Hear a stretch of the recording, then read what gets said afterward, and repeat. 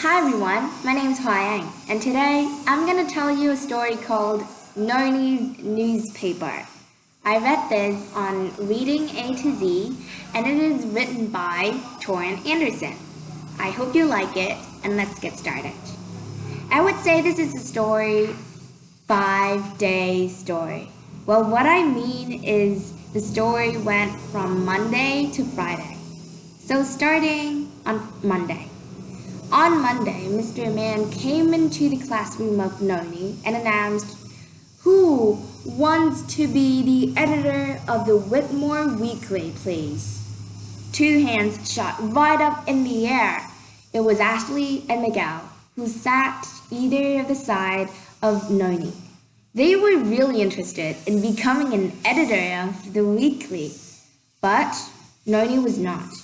She didn't even know the first thing to become an editor at all, but eventually she joined anyway. Mr. Man also said that the weekly, the newspaper, would have their office in the multi-purpose room.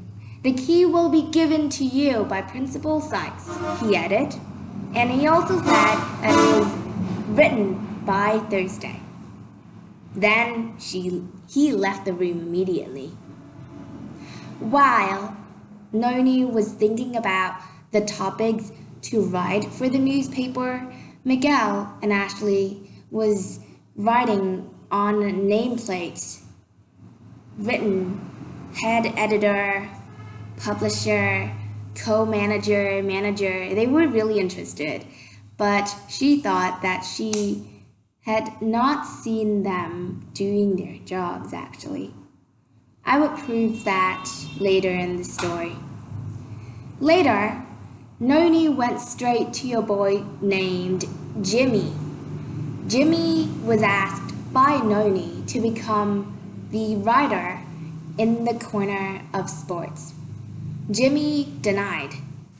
"I am the least athletic boy in the school. Why did you ask me?"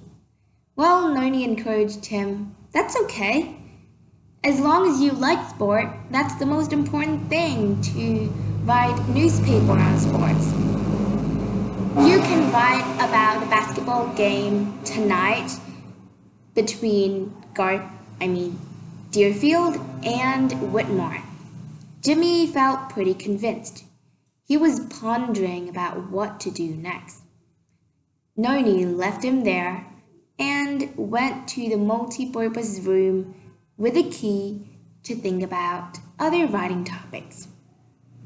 At that time, Miguel and Ashley were still arguing about what desk would they take for writing. They would write about tooth tips, about some recommendation for video games, and at that time, Noni had already finished a long list of what to do with the newspaper.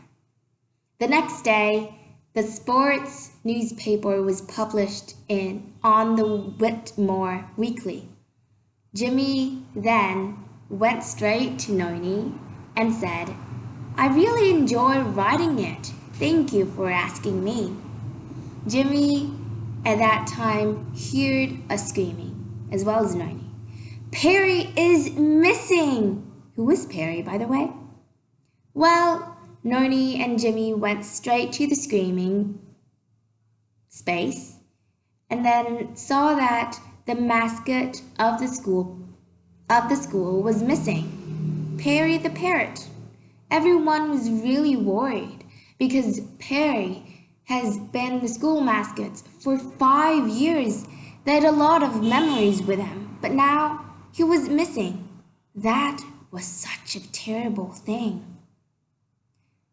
Miguel and Ashley was really worried too.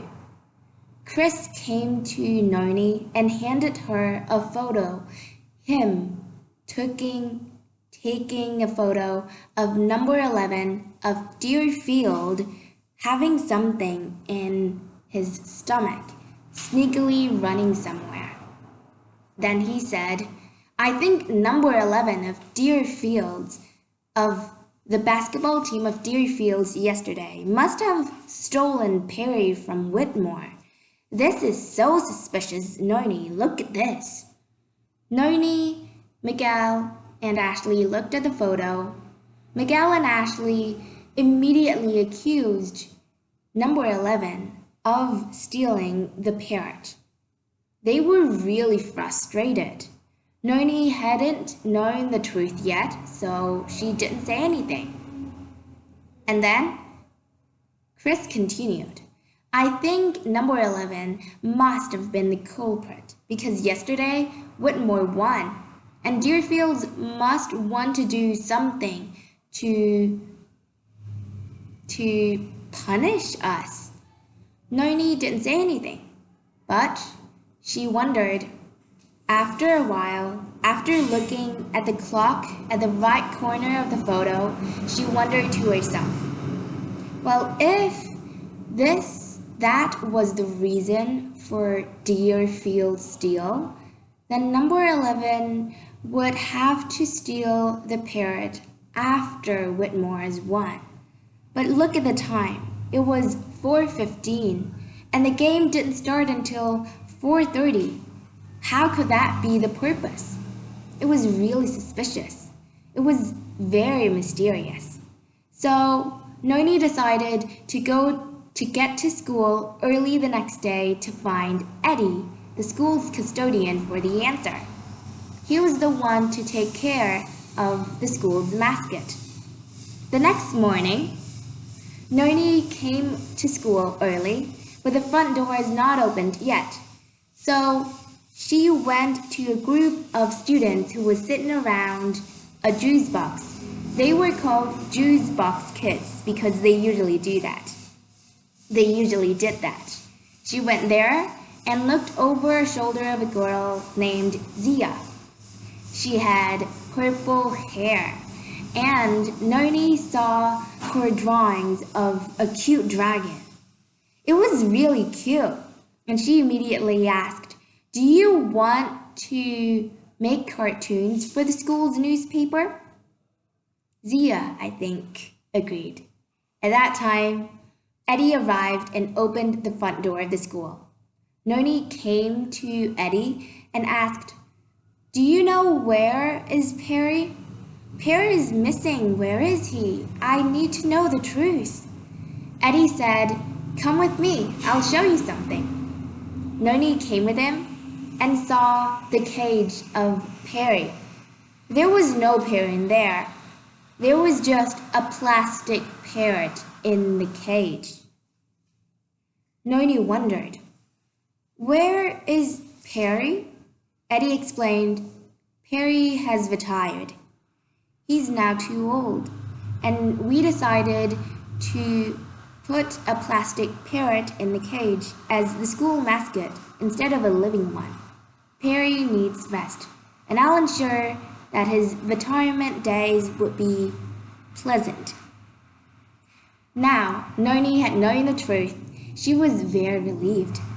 Later that day, she found Ashley and Miguel still arguing about the best headlines for the accusation of the number 11 for stealing the parrot. Deerfield's stealing parrot must be the best headlines for this article, Miguel shouted out. While Noni was really irritated because that was not true at all. She finally announced, Perry is not missing. Perry has retired. Now they all know the truth. Noni was relieved again. And she would be the one to write the newspaper, the article on this. After that, later after school, when she proofread the writing, she also handed to Miguel and Ashley to ask them about what they think on the article. Well, Noni was pretty impressed because neither Ashley nor Miguel complained about not having Chris's photos on the cover of the newspaper. It was a mystery. But then she also handed it to Mr. Man and Principal SÁCH to proofread her writings too. On Friday, the newspaper was published and everyone was pleased to hear the news that Perry is not actually missing. The newspaper went with the headlines "Bye Bye Perry" by Noni Lopez, and she described how good that Perry has been school's mascot for 5 years and now he needed some rest. Also, she inserted a lot of quotes and feelings of a lot of people on Perry the parrot. After reading the newspaper, a lot of students came to Noni to motivate her and saying compliments to her. Zia also came to her and congratulated her on the newspaper. Now, Noni had to think about what issue would she and the Whitmore Weekly do next. It was a good story, isn't it? I hope so. Well, what I've learned from this is that being a leader and in order to finish or perform a task, we must be really responsible. And I've learned a lot of qualities from Noni. First, she's very, very responsible. Even though that two of her friends did not actually pay attention to finish the task, she constantly went to people to find out the answer and to assist her in performing the task. I hope it makes sense. I'm trying to improve my explanation skills. But she's also very inspiring. Instead of discouraging Jimmy from not writing the newspaper anymore, she said, "Oh, come on, you just have to like sports to write the newspaper. You don't have to be good at it."